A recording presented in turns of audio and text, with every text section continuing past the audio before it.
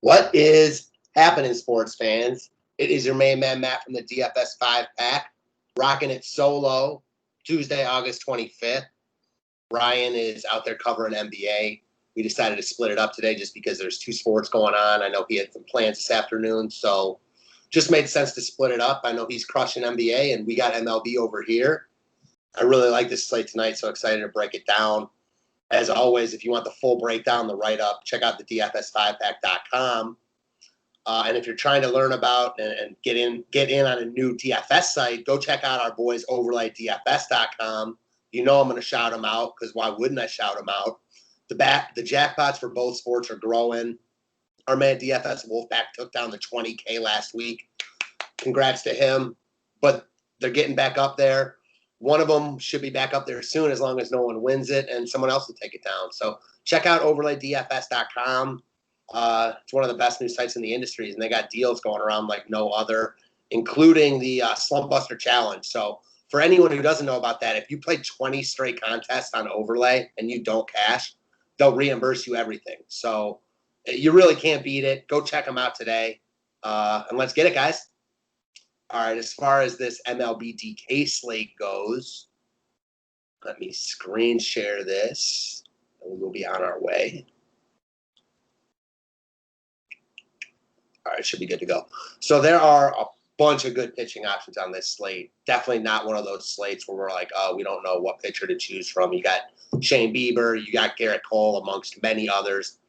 The guy I'm circling, and I don't want to say I'm definitely going to use, but the guy that's firmly going to be on my short list is going to be Chris Paddock at 7,800 against the Mariners.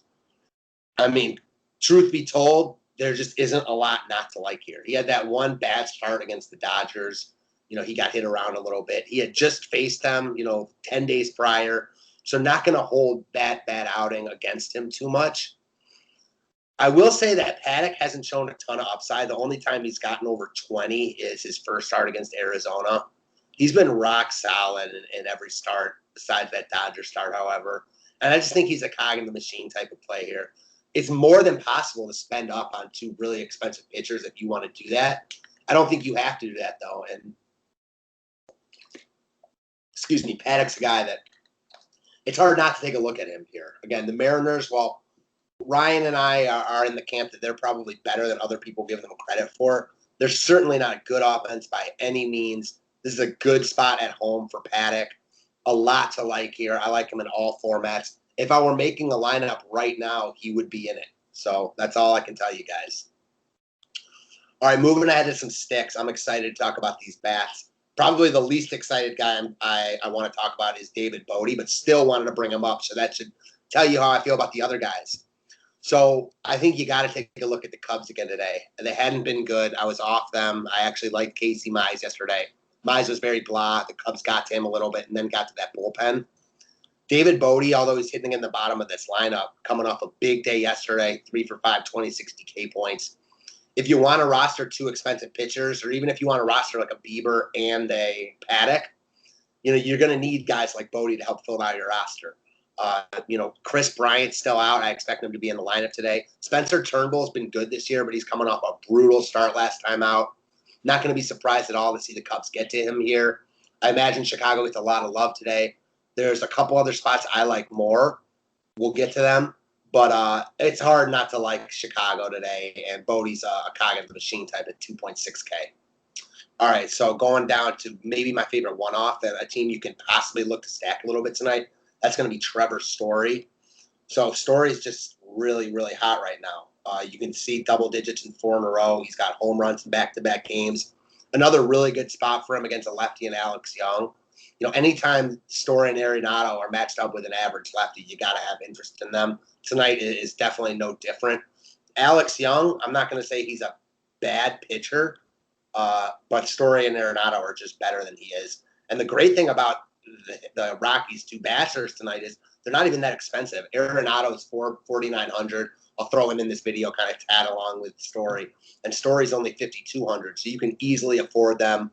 I mean, facing a lefty, they're about 10K combined, which is, pretty good deal for these two guys who we always know have massive power and massive upside, anytime they're in a situation like this. And the other thing about Story that Ryan talks about a lot is on any given day, his upside is right there with the best of them because he runs also. So, this guy does it all, and I like him a lot tonight. All right, moving ahead to my favorite spot of the night, and two guys I hope don't get a lot of love here. Both hitting 8 and 9 in the Cardinals order, and I love this mini stack, wraparound stack, whatever you want to do. I like St. Louis a lot tonight. I wanted to call out Bader and Carlson. So Harrison Bader has, been one of their better prospects for a while. Hasn't really ever been able to put it together at the plate. Has shown flashes. Has always been a very good fielder. He's in a really hot stretch right now. I watched a ton of his at bats. He's really on the ball. He's seeing the ball well. I like Bader a lot here. Part of me wishes and hopes that he would be moving up in the batting order, even though I doubt that's going to happen. But the other part of me doesn't want that to happen because his ownership will continue to be low.